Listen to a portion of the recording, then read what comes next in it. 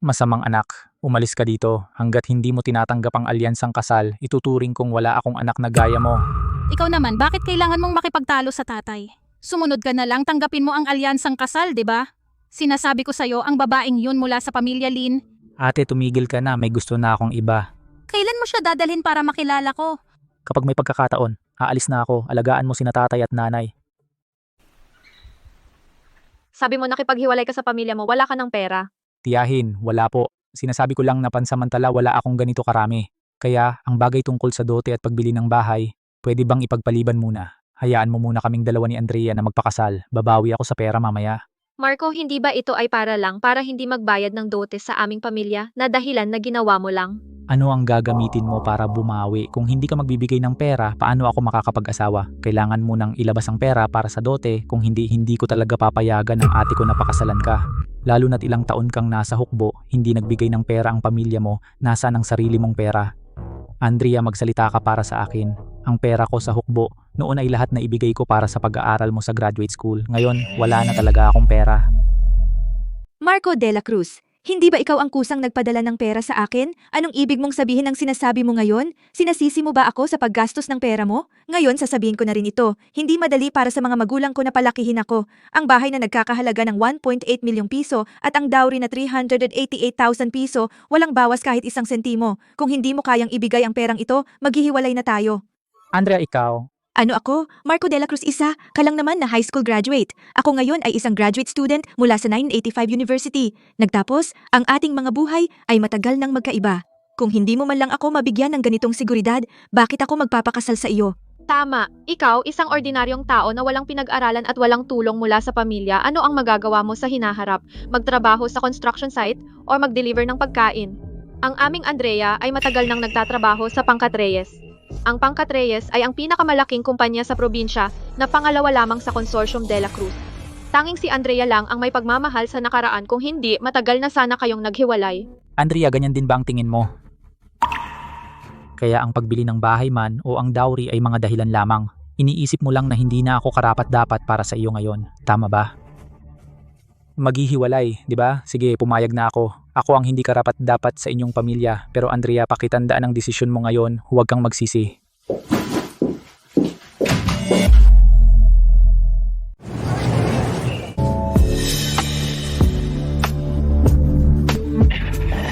Ang boring naman uminom mag-isa maganda. Samahan ka namin, pre. Lumayas ka. Huwag kang ganyan, parang hindi ka na makatayo, ihahatid ka namin pa uwi. Sinabi niyang lumayas. Huwag kang makialam, bata. Nagpapabayani ka ba? Layas.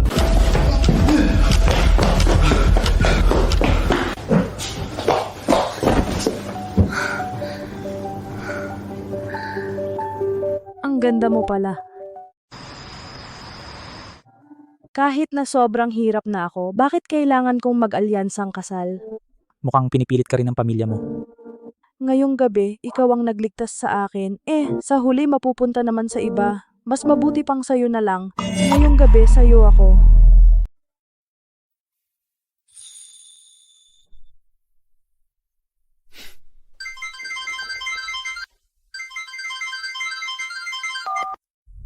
Agila, magsalita ka. Kailangan bumalik si Agila sa pugad. Delikado ang kalagayan ni Qingluan. Kailangan agad bumalik si Agila sa koponan. Isagawa ang misyon sa pagprotekta ng pugad. Tagal, 3 buwan. Pagkakakilanlan ni Qingluan. Ang presidente ng Pangkat Reyes, Sofia Reyes. Ang proyektong bituin na hawak niya. Ang mga datos ng eksperimento na ginagawa. May kinalaman ito sa seguridad. Ang balitang natanggap natin. May mga target mula sa ibang bansa na naghahanda. Nasasalakay kay Sofia Reyes. At ikaw ang pinakamalapit sa kanya. At ikaw ang pinakaangkop na tao sa pagkakakilanlan. Ruiseñor, naiintindihan. Garantisadong matatapos ang misyon. Kahit naretirado ka na. Umasa pa rin kami na makahanap ka ng paraan. Protektahan sa loob ng 3 buwan. Pagkatapos ng 3 buwan, kapag kumpleto na ang mga datos, may mga kaukulang ahensya. Kukunin at isisilang datos. Ang larawan ng target ng misyon na ipadala na siya pala. Sumakay ka. Ate, ako, nag-break na kami. Ate, paano mo alam? Masyado mong maliitin ang ate mo at ang kakayahan ko. Ngayong nag-break na kayo, dapat ka nang bumalik at tanggapin ang alyansang kasal. Matagal ko nang pinapasan ang Consortium de la Cruz mag-isa. Dapat ka ring bumalik para mabawasan ang stress ko. Ate, ayoko sa isang babaeng hindi ko pa nakikita magpakasal. Alam ko nang sasabihin mo yan.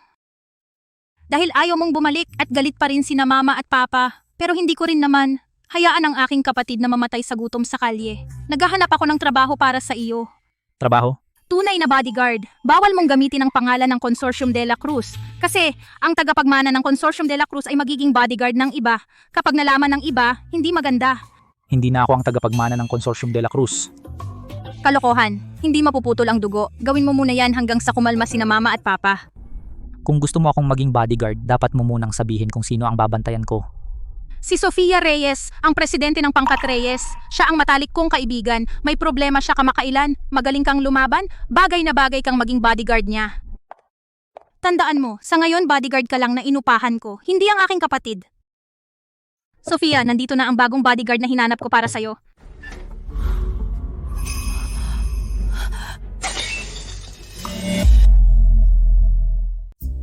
Sofia, ano nga nangyari? Kilala nyo ba isa't isa? Hindi.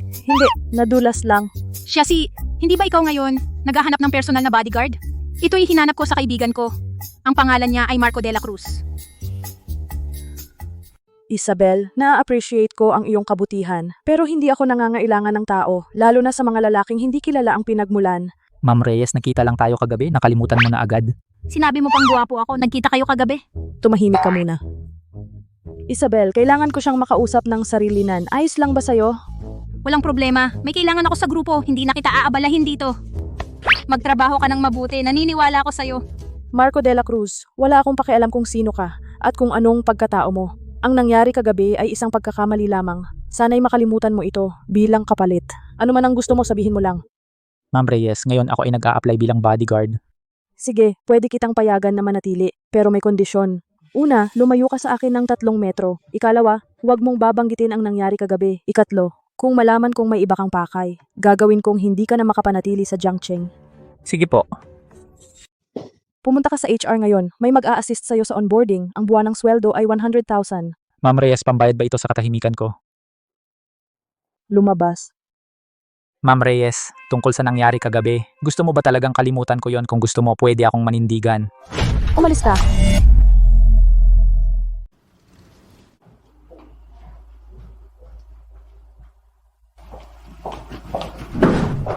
Teka, sino ang nagutos sa'yo na dalhin itong kape? Opo, delivery mula sa coffee shop sa baba. Ma'am Reyes, araw-araw sa ganitong oras umiinom siya ng kape. May problema ang kape na ito. May idinagdag dito. Hindi ito ordinaryong asukal o gatas. Imposible, ako... Tahimik lang. Bumili ka ng isa pang tasa ng kape. Ipatest ko ito. Tandaan, huwag mong sasabihin kahit kanino. Bakit ka na naman pumunta? Ma'am Reyes, yung kape ninyo ngayon, sa loob, may mataas na konsentrasyon ng pampatulog, dosis. Sapat para makatulog kayo ng mahimbing, mahigit sa 2 oras. Ito, totoo ba ito? Sensitibo ako sa amoy ng gamot. May kakaiba akong naamoy. Nagpatulong na ako sa kaibigan ko. Ginawa na ang mabilisang pagsusuri. Ma'am Reyes, may gustong manakit sa inyo. Bakit mo ako tinutulungan? Kinuha ko ang bayad, kaya tinutulungan kita. Ako na ang bodyguard mo ngayon at para sa iyong kaligtasan simula ngayon, kailangan mong sumunod sa akin. Anong ginagawa mo? Ihahatid kita pa uwi. Bilang personal na bodyguard, natural na dapat akong malapit sa'yo. Ma'am Reyes, kung ayaw mong magising bukas na nasa kama ng ibang tao, mas mabuti pang sumama ka sa akin. Ayon sa'yo, kapag natutulog ako sa gabi, gusto mo bang katabi mo ako? Pwede ba? Marco, dapat mong malaman ang iyong posisyon. Pwede kitang payagan na ihatid ako pa uwi, pero hanggang pintuan lang. Sige. Anong ginagawa mo? Sinabi ko hanggang sa bahay lang. Sabi ng ate ko, delikado ka kamakailan. Paano kung may naghihintay sa bahay mo? Kailangan kong tiyakin na ligtas ka. Ate, sandali. Sabi mo si Isabel Santos ang pangalan mo, ate. Ikaw ang kapatid niya? Mas matanda siya sa akin, kaya natural lang na tawagin ko siyang ate. Bakit, may kapatid ba siyang lalaki? May problema ka ba sa kapatid niya? Wala kang pakialam. Sige, mag-inspection ka.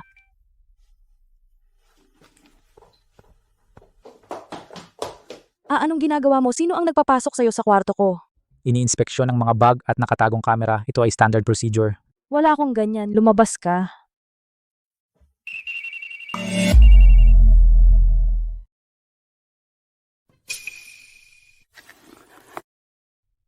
Meron na. Mukhang may interesado sa'yo. Pupunta ako sa ibang kwarto para mag-check. Ligtas muna. Sa guest room ako matutulog ngayong gabi. Marco, huwag kang sumobra. Ito ang bahay ko. Ma'am Reyes, may naglagay ng droga sa inumin mo ngayon. Baka bukas, sa mismong haharangin ka sa pintuan ng bahay mo. Ako ang bodyguard mo. Ang trabaho ko ay protektahan ka. Kung hindi ka sanay, pwede mo akong ituring na pansamantalang kasama sa bahay.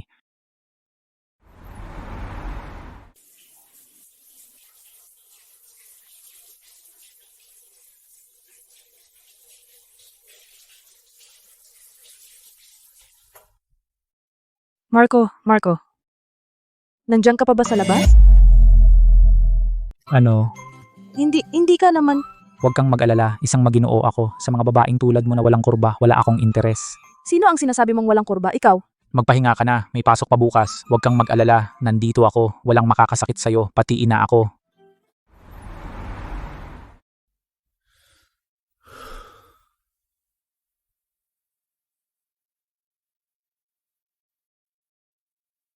Ma'am Reyes, 2:00 na ng madaling araw. Kailangan mo nang magpahinga. Marami pa akong trabaho. Huwag mo akong pakialaman. Hindi mauubos ang trabaho, mas mahalaga ang kalusugan mo. Marco, pakiusap alamin mo ang iyong lugar. Ikaw ay hired kong bantay. Hindi ang aking katulong. At lalong hindi ang nobyo ko. Wala kang karapatang pakialaman ang mga bagay-bagay ko. Ano ginagawa mo? Ibababa mo ako. Para magpahinga ka. Pakawalan mo ako. Matulog ka na ngayon. Kung hindi ka susunod, handa akong gumamit ng ibang paraan para patahimikin ka.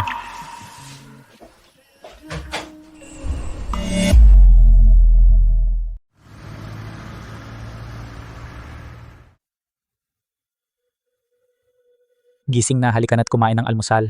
Hindi ako karaniwang kumakain ng almusal.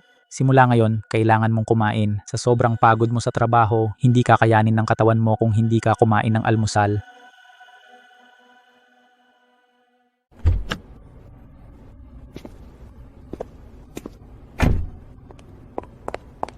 Marco?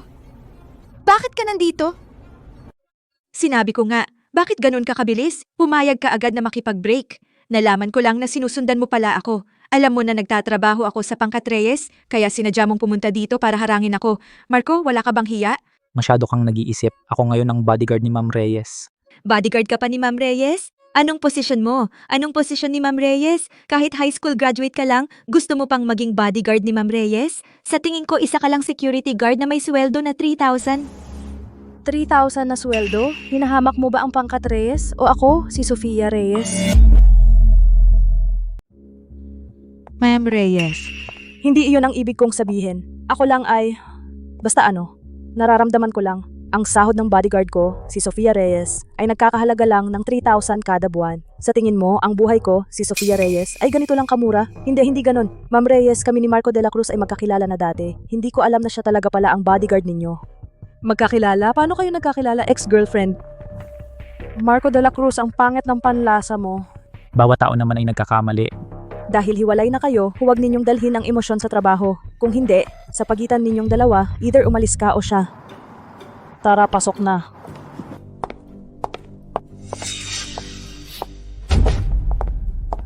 Marco de la Cruz, hintayin mo ako. Sabihin mo na! Ikaw at si Andrea Garcia, ano ba talaga ang nangyari? Ayaw sa akin ng ex-girlfriend ko dahil mahirap ako. Naghiwalay kami. Yun lang, wala na. Ano pa bang gusto mong malaman? Nagtataka lang ako, dahil sa kakayahan at connections mo, kahit hindi sa akin, hindi ka naman dapat umabot sa punto na mamaliitin ka ng babaeng tulad niya hanggang sa puntong iyon. Hindi lahat ng tao ay may magandang paningin tulad ni Ma'am Reyes. Gusto mo pang makipagbalikan sa kanya? Mukha ba akong tanga? Sige, lumabas ka na.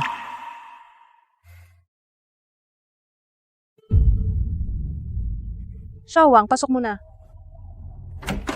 Ma'am Reyes, may bilin po kayo? Tulungan mo akong mag-imbestiga ng isang tao, si Andrea Garcia. Lahat ng performance mula nang siya ay magsimula, evaluation, attendance records, at lahat ng rewards at penalties, i-retrieve mo lahat, Ma'am Reyes.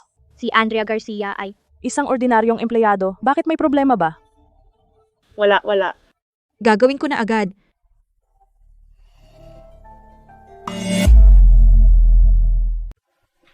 Ma'am Reyes, Nakuha na ang file ni Andrea Garcia?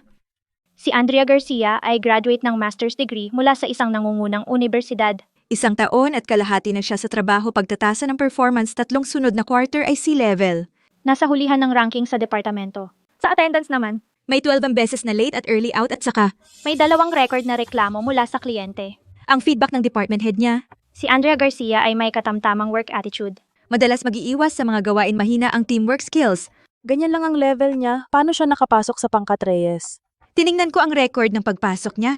Ang recommender niya ay si Ginoong Lim. Daniel Lim. Oo, Abisuhan ang HR, si Andrea Garcia ay hindi pumasa sa probation. Ngayon ay magproseso ng resignation.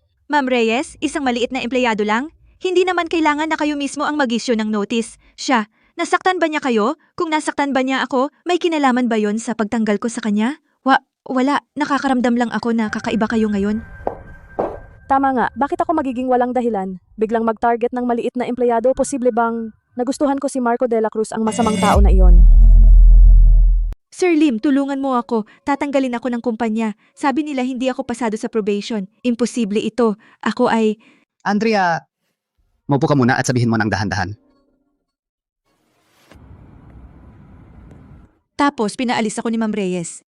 Ang sabi mo, si Ma'am Reyes ay dahil sa dati mong boyfriend, kaya ka pinaalis. Oo, kung hindi dahil sa kanya, paano naman ni Ma'am Reyes? Para gawin ito sa isang maliit na empleyado tulad ko, Sir Lim, kailangan mo akong ipagtanggol ha?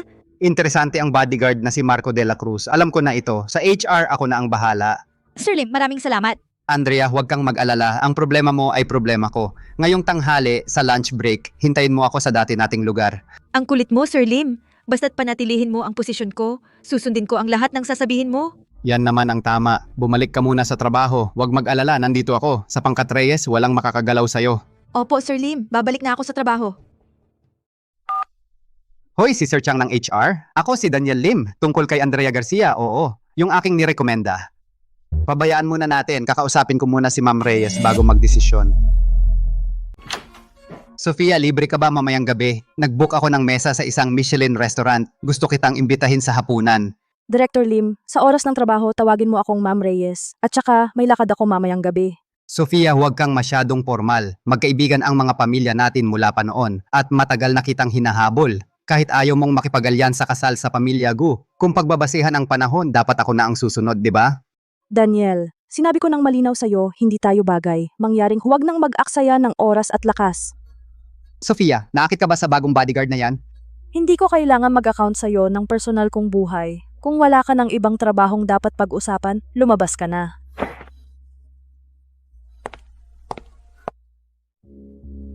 Ikaw si Sofia ang bagong bodyguard? Oo. Payuhan kita, alamin mo ang iyong lugar. Si Sofia ay hindi para sa mga taong katulad mo na nasa mababang antas na maaaring maghangad. Si Director Lim, ano ang iyong katayuan para sabihin sa akin yan bilang manliligaw ni Ma'am Reyes o bilang kabit na naghihiganti para kay Andrea Garcia? Anong sinabi mo? Anong sinabi ko? Alam naman ni Director Lim sa sarili niya, ang palaka na naghahangad ng karne ng sisne ay ibang tao.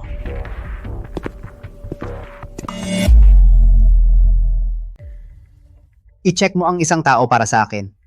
Marco de la Cruz, ang bagong bodyguard ni Sofia Reyes. Kailangan ko ang lahat ng impormasyon tungkol sa kanya. Edukasyon, background ng pamilya, lahat ng detalye, alamin mo lahat. Director Lim, kailan ka ba nagiging interesado sa isang maliit na bodyguard? Yung top secret project ni Sofia Reyes ay malapit nang matapos. Sa ganitong pagkakataon, kumuha siya ng bodyguard, tiyak may napansin siya. Yung nasa kanya na classified experimental data ay hindi dapat mapunta sa ibang tao. Ang ibig niyo pong sabihin? I-check mo. Kung ordinaryong tao lang, paglahuin mo siya. Mangahas kang makipag-agawan sa akin ng babae. Wala kang kakayahan. Paano kung galing sa kabilang grupo? Kung galing sa kabilang panig na espesyal na nagbabantay kay Sofia Reyes, ang susunod nating plano, baka kailangan nating baguhin.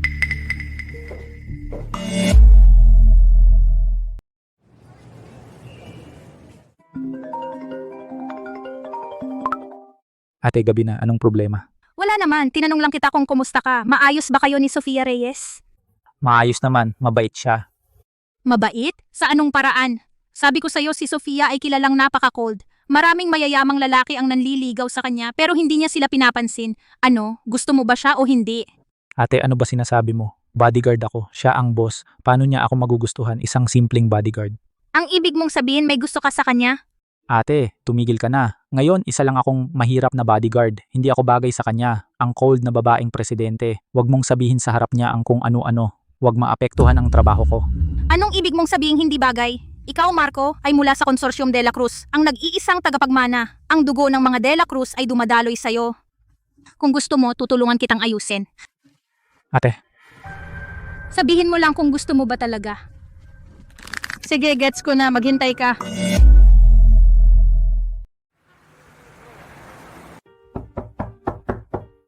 Ma'am Reyes, dumating na sina chairman at ang kanyang asawa. Ma'am Reyes, Marco de la Cruz, lumabas ka muna. Sofia, yung lalaking dumaan kanina, sino yun? Bodyguard na kinuha ko. Kayong dalawa, anong gusto nyo rito ngayon? May balita mula sa pamilya De La Cruz. Gusto nilang ayusin na magkita kayo ng tagapagmana ng De La Cruz para magkakilala. Nakatakda ito sa katapusan ng linggo sa Hacienda De La Cruz. Tay, ilang beses ko nang sinabi ayaw kong magpakasal sa alyansa. Sofia, anong klasing pamilya ang De La Cruz alam mo naman? Para sa proyekto mong proyektong bituin, naubos ang karamihan sa pera ng Pangkat Reyes. Kung hindi tayo makahanap ng bagong pondo sa lalong madaling panahon, ang daloy ng pera ng Pangkat Reyes ay mapuputol. Sa oras na iyon, sa tingin mo matutuloy pa ba yung proyekto mo? Hindi ako makikipagkita. Ako ang magdedesisyon para sa sarili kong kasal. Sige, kung hindi ka makikipagkita, ititigil ko ang proyektong bituin. Ititigil ko ang libo-libong empleyado ng Pangkat Reyes, ang kanilang kabuhayan, nakadepende lahat sa grupo. Hindi ko papayagan na ipagsapalaran mo ang kinabukasan ng grupo. Sige, papayag ako, pupunta ako.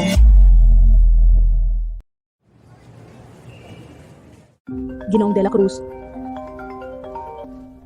tatay, umuwi ka sa weekend para kumain. Miss ka na ng nanay mo. Kumain lang. Oo. Sige, darating ako ng eksakto. Ayos na. Sabado ng gabi. Hacienda de la Cruz, huwag kang mahuli. Ma'am Reyes, gising ka pa pala. ikaw rin gising ka pa. May sasabihin ako sa'yo. Sa Sabado gusto kong mag-leave. Mag-leave? May kailangan sa bahay, kailangan kong umuwi. Sige, isang araw sapat na. Sapat na, kumain lang. Anong problema mo? Mukha kang maputla. Wala. Ma'am Reyes, kahit na bodyguard lang ako sa'yo, pero kung may problema ka, pwede mo akong kausapin. Marco, may itatanong ako sa'yo. Sabihin mo. Mapakasal sa isang taong hindi mo gusto, magiging masaya ka ba? Bakit bigla mo natanong yan? Pinapakasal ka ba ng pamilya mo? Wala kang pakialam. Sagutin mo lang ang tanong ko. Hindi sa isang taong hindi mo gusto mabuhay habang buhay iyon ay parang bilangguan. Kaya talaga bang pakakasalan mo ang isang taong hindi mo gusto? Sinabi ko lang huwag kang makialam, gabi na, matulog na tayo. Sofia, kung talagang ayaw mong magpakasal, basta huwag mo lang akong itakwil. Isang maliit na bodyguard lang ako. Sa oras na yon, isasama kita sa pagtakas. Seryoso ako. Baliw ka, matulog na.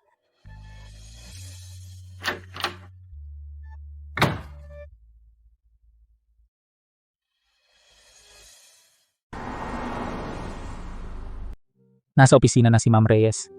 Marco? Yung sinabi mo kagabi, seryoso ba? Alin?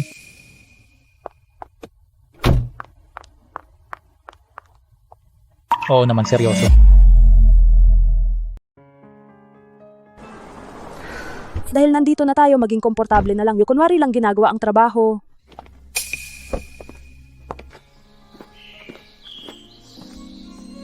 Marco. Nagkamali ba ako ng nakita? Kayo po ba si Sofia Reyes, sina Ginoo at Ginang De La Cruz ay nasa dining hall na po at naghihintay sa inyo. Sumunod po kayo sa akin. Kaya ginawa ninyo ang lahat ng paraan para pauwiin ako para kumain ay para pa rin sa alyansang kasal. Sandali, Marco. Talaga bang aalis ka na lang ng ganito? Hindi ka magsisisi? Hindi ako magsisisi. Ginoo at Ginang, dumating na si Sofia Reyes.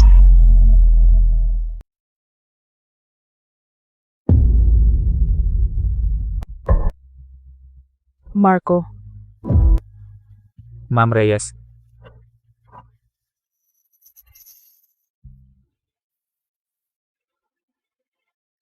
Babalik sa bahay ng mga De La Cruz. Marco, kilala mo si Binibining Reyes tay nagtatrabaho ako ngayon bilang bodyguard ni Ma'am Reyes. Teka, Ginoong De La Cruz, wala akong kakayahan para gawin kang bodyguard ko. Sabi mo ikaw ay munting bodyguard lang. Sabi mo hindi ka bagay sa akin. Sabi mo dadalhin mo akong tumakas. Marco? Niloko mo ako. Makinig ka sa akin. Huwag mo akong tawagin sa pangalan ko. Marco, niloko mo ako ng matagal na panahon. Tiningnan mo ako na parang tanga, na sinasabi ko ang mga bagay na iyon sa harap mo. Tuwang-tuwa ka ba sa sarili mo? Sofia, kumalma ka. Si Marco hindi niya sinadyang lokohin ka. Isabel, kasabot ka rin. Ang pamilya De La Cruz ay sobra na kayo. Sofia, tumigil ka. Makinig ka, ipapaliwanag ko. Ano ang ipapaliwanag mo? Ikaw, ang tagapagmana ng angka ng De La Cruz, ay naging personal na bantay ko. Pinagmumukha mo akong tanga sa pagsasabi ng mga bagay na iyon sa harap mo. Masaya ka, di ba? Hindi yun ang iniisip mo. Ano ba, Marco, marami kang pagkakataon na sabihin sa akin ang totoo. Nung araw na yon sa bar, pwede sa bahay ko, pwede sa opisina, pwede rin. Pero pinili mong itago sa akin. Simula bukas, hindi ka na kailangan pumasok. Ipapabayad ko ang sahod mo para sa buwang ito. Sisibakin mo ako? Ginoong De La Cruz, ako si Sofia Reyes. Hindi ko kayang empleyado ang isang tulad mo.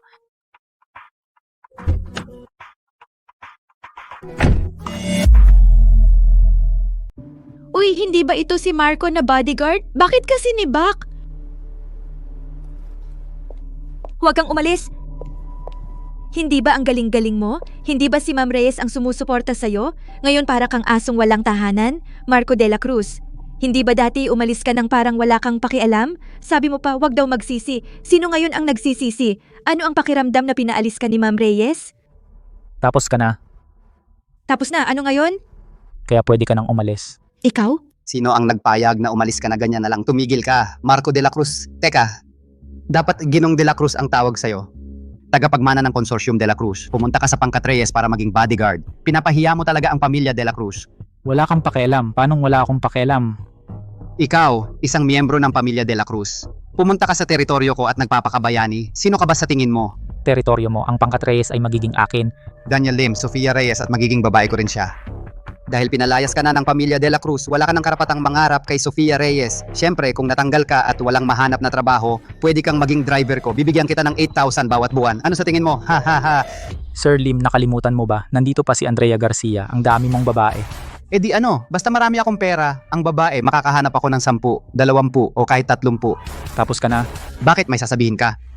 May gusto lang akong sabihin sa'yo, Sir Lim. Kahit hindi na ako miyembro ng pamilya De La Cruz, sobra-sobra na ako para sa'yo. Director Lim, okay ka lang? Marco, sinaktan mo ako. Ikaw ang sinaktan ko.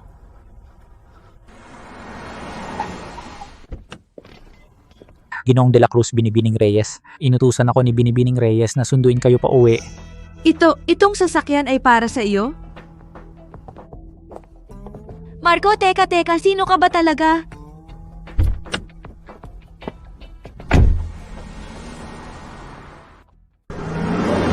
Ako, ano ba ang ginawa ko? Kapag nagtagumpay ang aking plano sa pamilya De La Cruz, ang pamilya De La Cruz ay hindi karapat dapat maging kaaway ko. Marco, hintayin mo ako. Ang data ng proyektong yon, kanino ngayon yon? Nasa Sofia Reyes pa sa pribadong server niya, kailangan ng kanyang fingerprint at iris para ma-unlock. Fingerprint at iris, madali lang yon. Ginong Lim ang ibig sabihin nyo. Sofia Reyes, ang dating bodyguard, ay taga-pamilya De La Cruz. Iyon ay na-exclude. Si Marco De La Cruz ay taong itinalaga ng nasa itaas. Kung gayon, ang ating plano ay maaaring magpatuloy. Ano ang balak niyong gawin?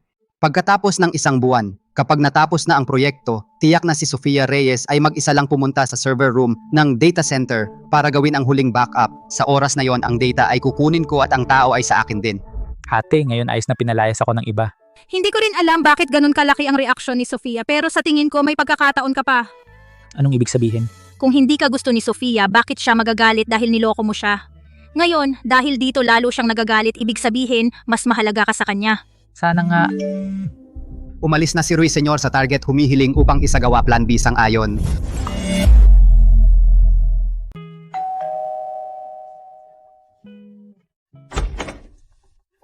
Anong ginagawa mo rito? Bibisita lang sa matalik kong kaibigan. At saka, para sa pabayang kapatid ko, humihingi ako ng tawad. Wala nang dapat ipagpaumanhin. Siya'y siya, ikaw-i ikaw. Ay Sofia, Marco, hindi niya sinadyang lokohin ka. Eh ano? Kapag nalaman mo, pwede na siyang magpatuloy sa panloloko. Hindi lang niya alam kung paano sasabihin. Talagang pinapahalagahan ka niya, kaya siya natatakot na mawala ka. Isabel, gabi na. Kailangan mo nang umuwi. Ngayon, ayokong pag-usapan ang anumang may kinalaman sa kanya. Sige, aalis na ako. Oo nga pala. Inanunsyo na ng tatay ko sa publiko na si Marco ay babalik sa Consortium de la Cruz. Tungkol sa alyansang kasal. Pwede mo pang pag-isipan? Marco, ano ba talaga ang gusto mong gawin ko?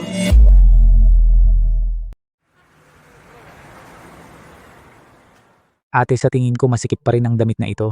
Sasanayin mo lang, simula ngayon, ikaw na ang vice-presidente ng Consortium de la Cruz. Hindi ka na pwedeng magsuot ng iyong uniformeng bantay. Sinabi ko na ayaw kong pumunta. Inalis na ni tatay ang usapin ng alyansang kasal. Sinasaktan na niya ang pamilyang Reyes para sa iyo. Kung hindi ka babalik ngayon, sino ang iyong pananagutan? Marco, alam kong gusto mo si Sofia. Ngunit ang pagmamahal sa isang tao ay hindi lang basta sinasabi. Kailangan mong may kakayahan na tumabi sa kanya. Anong ibig mong sabihin? Ang kasalukuyang problema sa pondo ng Pangkat Reyes. Lahat ay umaasa sa proyektong bituin. Kung gusto mo siyang tulungan, kailangan mong maging malakas muna. Ang Consortium de la Cruz ang iyong sandigan. Naintindihan ko. Ma'am Reyes, nagsumite ng aplikasyon si Vice Presidente Chen. Sabi niya pagkatapos ng proyekto sa susunod na buwan, gusto niyang magdaos ng isang salo-salo ng tagumpay. Sige, iwan mo na lang dyan. Isa pa, opisyal ng inanunsyo ng Consortium de la Cruz na si Marco de la Cruz ang magiging Vice Presidente ng Consortium. Anong kinalaman ko ron? Wala, basta sinabi ko lang.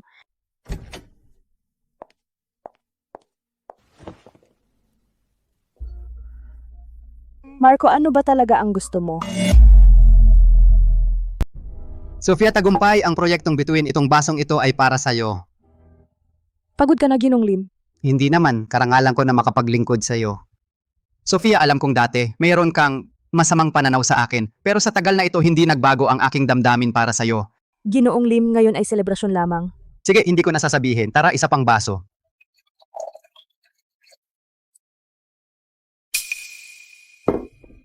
Bakit ang hilo ko? Baka pagod ka lang, sasamahan kita sa itaas para magpahinga. Tulong. Sofia, huwag mo akong sisihin. Matagal ko nang hinihintay ang araw na ito.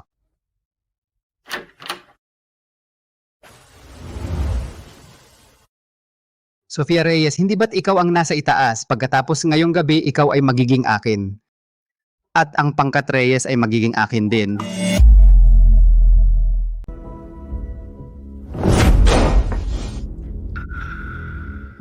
Daniel, wala kang takot mamatay. Paano ka nakapasok? Bitawan mo ako. Subukan mong galawin ako, pagsisisihan mo ito.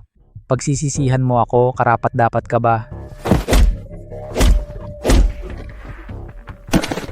Ang bawat utang na ito, unti-unti kong babayaran sa'yo. Sofia, susunduin kita pa uwi. Marco, ikaw ba? Muli mo akong sinagip. Marco, hindi kita hahayaan. Daniel Lim na gago, gaano karaming gamot ang ibinigay niya? Marco, Oo, nandito ako. muli mo akong iniligtas. Bakit? Sa tingin mo bakit? Hindi ko alam. Matagal mo akong niloko. Dapat ay galit ako sa'yo. Kung gayon galit ka. Pero kahit gaano mo ako kamuhi, hindi kita pababayaang mapahamak. Alam mo ba, pinapahirapan mo ako ng ganito. Tubig. Paano mo nalaman kung nasaan ako? Lagi kong pinagmamasdan ang paligid mo. Simula noong umalis ka sa Hacienda de la Cruz, may inutusan akong sumunod sa'yo. Marco, may alam ka ba? Anong ibig mong sabihin? Kung hindi, bakit ka nag-utos na protektahan ako? Walang ibang dahilan, dahil lang hindi kita kayang bitawan. Marco, pwede bang huwag mo nang sabihin yan? Bakit? Sa tuwing sasabihin mo yan, nagpapalambot ang puso ko. Ayaw ko nang lumambot. Niloko mo ako. Anong gusto mong gawin ko? Lumayo sa'yo at hindi na magpakita? Sofia, tingnan mo ako. Hindi ko kaya. Hindi ko kaya. Hindi ko kayang makita kang mag-asawa ng iba. Hindi ko kayang makita kang mapahamak. Pwede kang magalit sa akin. Pwede mo akong murahin. Kahit saktan mo ako, pero hindi ako aalis. Marco, Alam mo ba ang sama ng ugali mo? Ayaw mo sa akin pero hindi mo ako pinaalis. Ngayon palalabasin na kita, umalis ka. Sige, aalis na ako. Hintayin kitang matulog bago ako umalis. Ikaw? Huwag mo akong hawakan, sige. Kung hindi kita hawakan, makakalakad ka ba?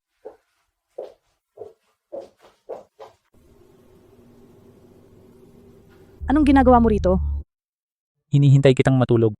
Hindi kita kailangan magbantay. Alam ko pero hindi ako mapakali.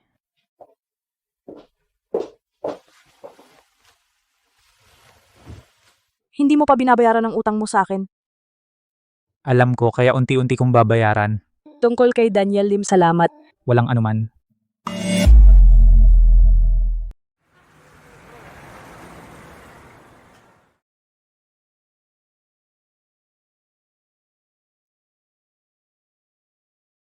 Alin ba talaga ang totoo sa kanya?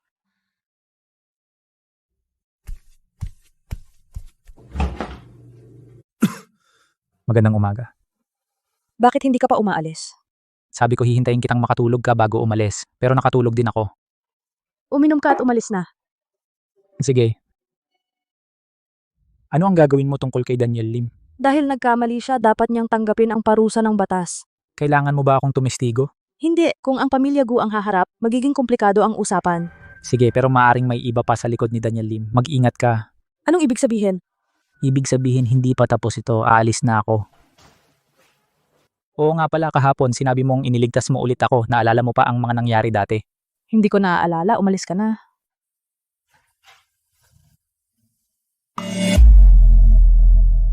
Ma'am Reyes. Si Director Lim ay dinala na para imbestigahan. I-follow ng legal department. Gusto ko siyang pagbayarin. Opo.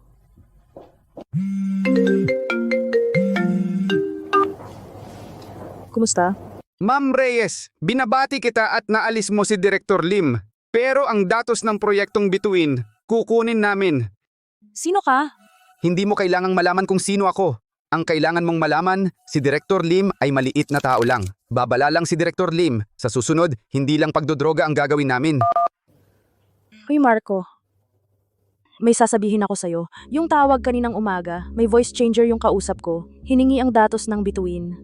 May nasa likod nga si Director Lim. Sabi nila kung hindi namin ibibigay, sa susunod hindi na lang pagdodroga. Ako na ang bahala dito. Paano mo hahawakan? Vice-presidente ka na ng Consortium de la Cruz, hindi na bodyguard ko. Sino ba nagsabing hindi pwedeng magprotekta ang isang vice-presidente? Sofia, mangako ka sa akin ng isa. Ano? Simula ngayon, hayaan mong bumalik ako sa tabi mo. Hindi bilang bodyguard, kundi bilang kasosyo. Pagtutulungan ng Consortium de la Cruz at Pangkat Reyes, sama-samang protektahan ang proyektong bituin. Sige, pero may kondisyon ako. Sabihin mo, Negosyo lang, wala nang pagsisinungaling, wala nang pagtatago ng kahit ano. deal.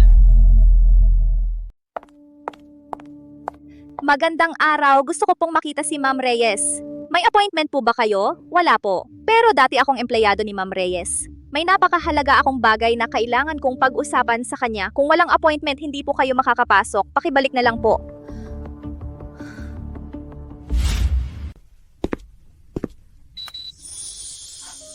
Marco, tagal na kitang hindi nakita.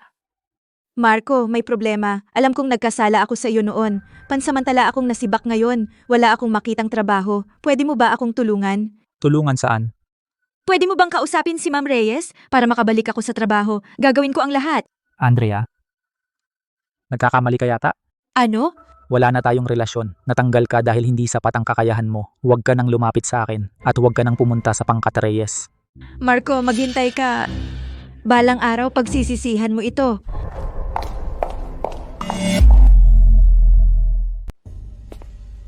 Daniel Lim, binigo mo ako. Pasensya na. Hindi ko inaasahan na darating si Marco. Marco. Ang tagapagmana ng pamilya de la Cruz. Oo, magaling siyang lumaban. Hindi talaga kaya ng mga tao ko ang tapatan siya. Medyo mahirap ang pamilya de la Cruz, pero hindi naman imposible. Anong paraan? Dahil hindi gumagana ang dahas. Gamitin natin ang malumanay na paraan. Ano ang pinakamahalaga kay Sofia? Ang pinakamahalaga sa kanya ay ang proyektong bituin. Iyon ang ilang taon niyang pinaghirapan. Sa tamang panahon, maaari tayong gumawa sa gitna ng transportasyon, pero lihim ang ruta ng transportasyon. Narito ang impormasyong kailangan mo. Magtulungan tayo ng maayos. Pagkatapos ng misyon, hindi mo lamang makukuha ang datos, makukuha mo rin ang Pangkat Reyes. Sige, gagawin ko.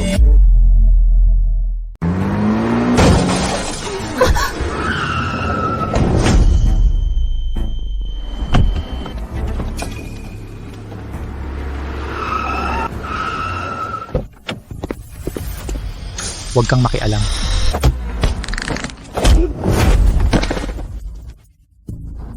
Sino ang nagpadala sa inyo? Hindi namin alam, binayaran lang kami.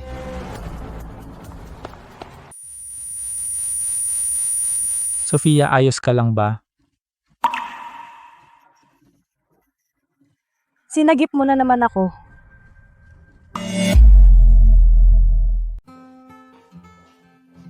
Ang pasyente ay may mild concussion lang at minor na sugat sa balat, walang malubhang problema. Makakauwi na pagkatapos ng 2 araw na pahinga. Salamat mo, doktor.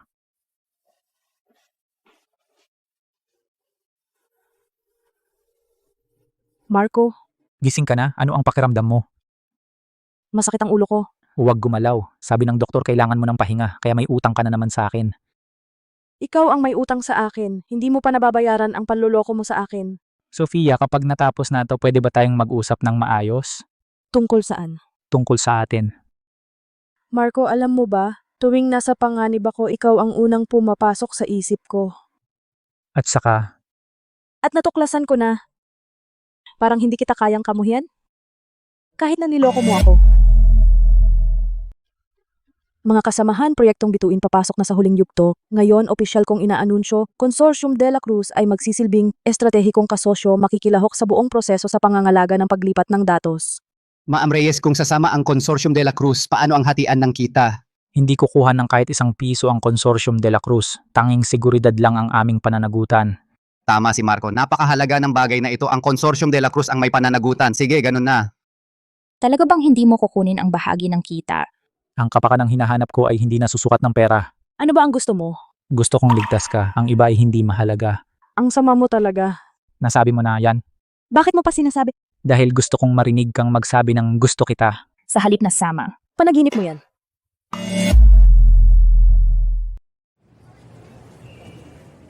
Tagay, iniligtas mo ako muli.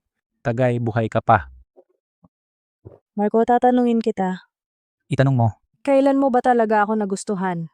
noong gabing iyon sa bar, bumagsak ka sa aking mga bisig noong sinabi mong maganda ako. Dahil lang sa sinabi mong iyon? Hindi lang yon, may isang beses na lasing kang nagsabi. Kahit na nagsusumikap ako ng husto, bakit kailangan akong sumali sa alyansang kasal? Noon, naisip ko na kamukha mo ako nang maging bodyguard mo ako. Araw-araw kitang pinapanood na nagtatrabaho hanggang hating gabi. Pinapanood kitang nagpupumiglas dahil sa proyekto. Pinapanood kitang ngumingiti kahit pagod na pagod ka. Doon ko alam na mahal na kita. Bakit hindi mo sinabi agad? Noon, isa lang akong maliit na bodyguard. Natatakot akong sabihin ito dahil baka mawala ang pagkakataong makasama ka. Wala na. Marco, isa pa, totoo ba ang sinasabi mo ngayon? Bawat salita ay totoo. Sige, pinapatawad na kita. Ano ang sinabi mo? Sinabi kong pinapatawad na kita. Pero kung magsisinungaling ka muli, hindi na talaga kita kakausapin. Hindi na. Ipinapangako ko.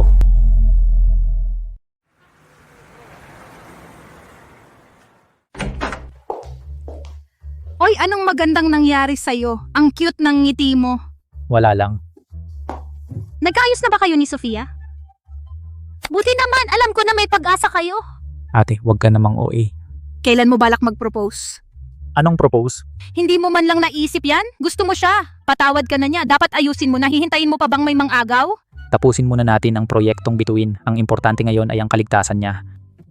Oo nga pala, sabi ni tatay. Isama mo raw si Sofia sa bahay ng weekend para kumain. Sige, may libre ka ba ng weekend? Bakit? Inanyayahan ka ni tatay sa bahay para kumain.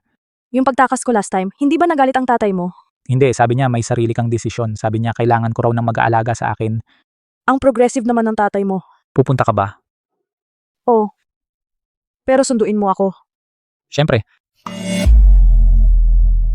Sofia, nalaman na namin ang nangyari noong nakaraan. Kasalanan ni Marco yan. Niloko ka niya. Humihingi kami ng tawad sa'yo. Tita, wag po kayong magsalita ng ganyan. May mali rin ako. Hindi ako dapat tumakbo ng biglaan.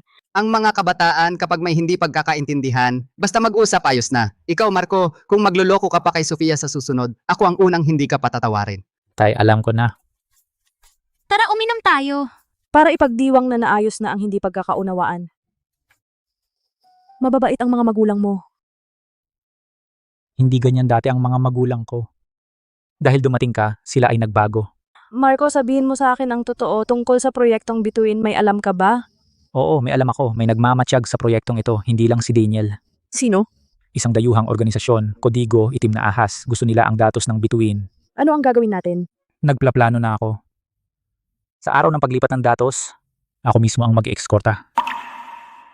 Magtiwala ka sa akin. Naniniwala ako sa'yo. Ang ruta at oras ng paglipat ng datos nakuha ko na. Mabuti. Makalipas ang 3 araw sa inabandonang pabrika sa Timog Lungsod, gagawin ang operasyon. Si Marco de la Cruz. Ang mga tauhan ni Ginoong De La Cruz ay ibibigay sa atin. Pagkatapos ng misyon, ang datos ng Singchen ay para sa atin, ang pangkat Reyes ay para sa iyo kanya-kanyang kailangan.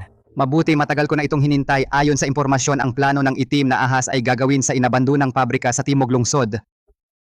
Ang oras ay sa araw ng paglipat ng datos. Ilang tao? Mga 20, lahat sila ay dating mersenaryo, mahusay ang gamit. 20, sobra naman akong minamaliit nila. Marco, hindi dapat natin maliitin ito. Ang Itim na Ahas ay isang international criminal organization, hindi dapat sila magtagumpay. Alam ko, naayos ko na ang lahat. Sa oras na yon, ako mismo ang mag-escort. Kailangan mo ba ng backup? Oo, kayo ang nasa dilim, ako ang nasa liwanag. Hintayin natin silang kumilos at huhulihin natin silang lahat.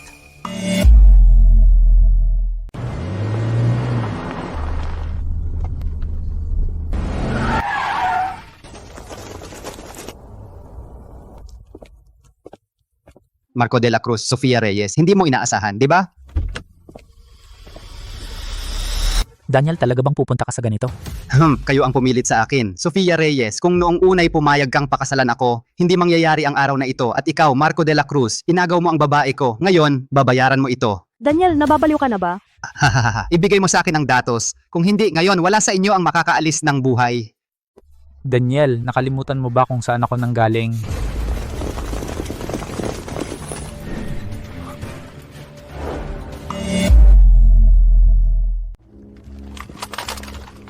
Imposible, di ito posible.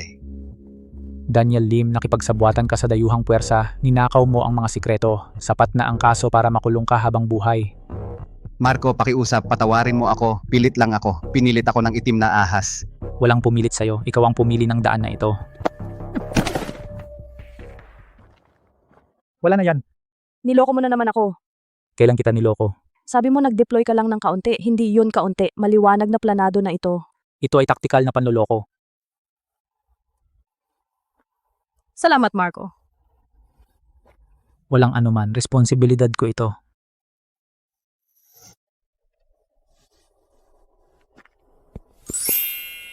Sofia, pakasalan mo ako. Anong ginagawa mo? Maraming tao ang nakatingin. Oo, Nung huli sa hacienda, nagalit ka at tumakbo palayo. Ngayon ayokong palampasin ito. ikaw talaga. Bakit laging sa pinaka-hindi angkop na oras ginagawa mo ito? Sabihin mo kung kailan angkop. Ngayon ang pinaka-angkop.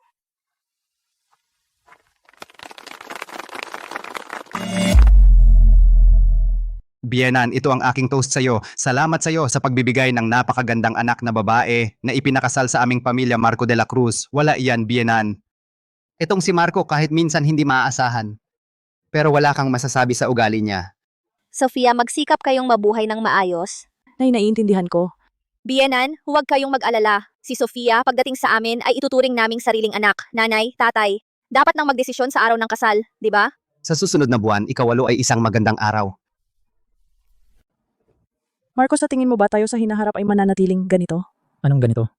Yung payapa at walang problema, hindi na kailangang mag-alala na may mananakit sa atin. Oo, ipinapangako ko.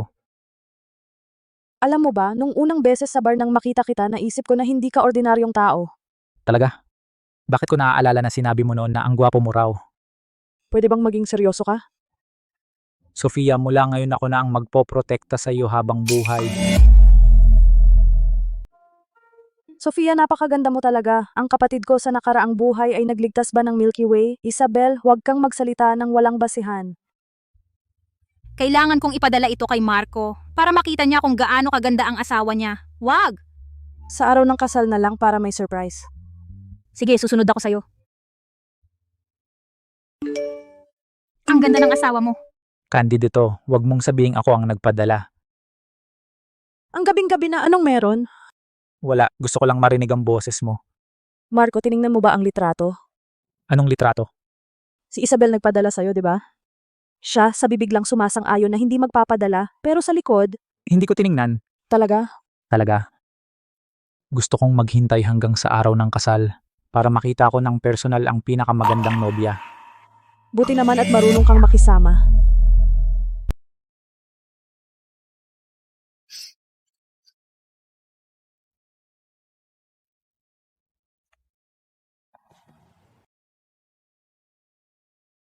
Alagaan mo siya. Gagawin ko. Ginoong De La Cruz, gusto mo ba pakasalan si Binibining Sofia Reyes? Sa kahirapan o kayamanan, sa sakit o sa kalusugan, mahalin siya, igalang siya, protektahan siya. Oo. Binibining Sofia Reyes, gusto mo bang pakasalan si Ginoong Marco De La Cruz? Sa kahirapan o kayamanan, sa sakit o sa kalusugan, mahalin siya, igalang siya, suportahan siya. Oo.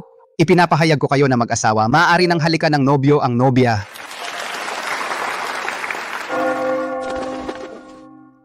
Marco, talaga nagkamali ako sa'yo.